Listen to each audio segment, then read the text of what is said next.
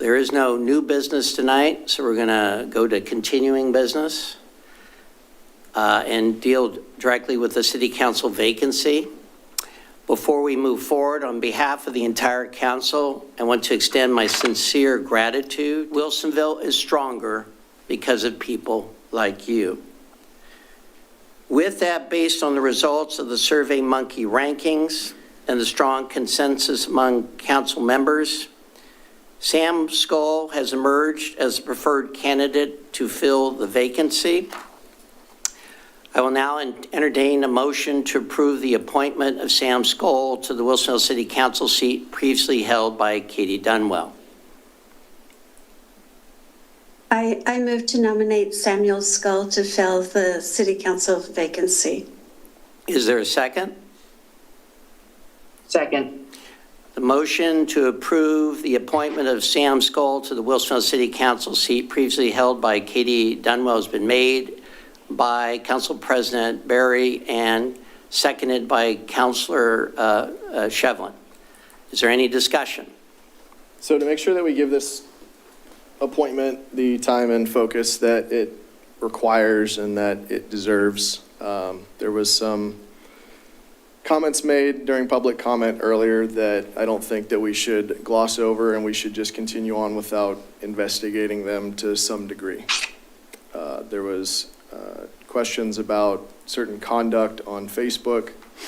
I was sent and shown some of these examples, which then prompted me to go and do some looking and digging and investigating myself. What I found was a pattern of behavior where Mr. Scull would use the laughy emoji reaction on people's posts. Not because they were making a joke, not because they were trying to be humorous, but when people in our community were sharing their opinions and their issues about things pertaining to our city, and people sharing their opinions about candidates running for office in our city. Candidates including Glenn Lancaster, who could have been duly elected mayor and would then have been somebody who Sam would have to work with. That raises a question for me. If you're willing to go on someone's campaign post, and it was pretty vanilla posts. It was, one of these, lame campaign posts that we throw out there that says, Glenn Lancaster will be great for Wilsonville because he lives in Wilsonville. And one reaction, and there's a laughy emoji. That to me makes me pause and think, is this person ready to reach across the aisle and work with the other side? Are they ready to work with someone who they disagree with? There was another post that it was in regards to a red light camera post. Somebody putting out their personal view on whether there should be a red light camera in the community, or whether we should be doing something with town center, and if there was too many apartments and if we were spending too much money on it, or traffic woes, or criticism of candidate forums. There was numerous examples of this, and after seeing these and seeing the reaction to people's legitimate issues, their concerns, their wants, their desires in our community, I went back and I read through Mr. Scull's packet all over again. And I pulled 2 pages of quotes that said things like, "Open, honest communication builds trust that brings our community together. While my years of civic and volunteer service have grounded me in the realities of community needs and values, I know how important it is to communicate openly.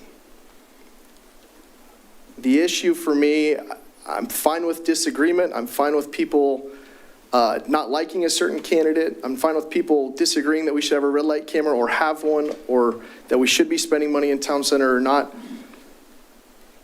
But I think that somebody who has been put in a seat of public trust as a planning commissioner and on DRB before that and on other boards before that, There's a public trust there to go out and communicate openly and honestly and respectfully with the community while you're in that public trust. And that behavior, to me, felt like it was disenfranchising members of our community who were sharing their opinions. For me, that's an issue, and it is unique to one out of the 7 candidates. I don't know that it builds the public trust. In addition to that, there was comments about campaign donations. And I'll say right now, all of this is protected First Amendment activity, 100%. However, there is a level of public trust when you're placed in a seat.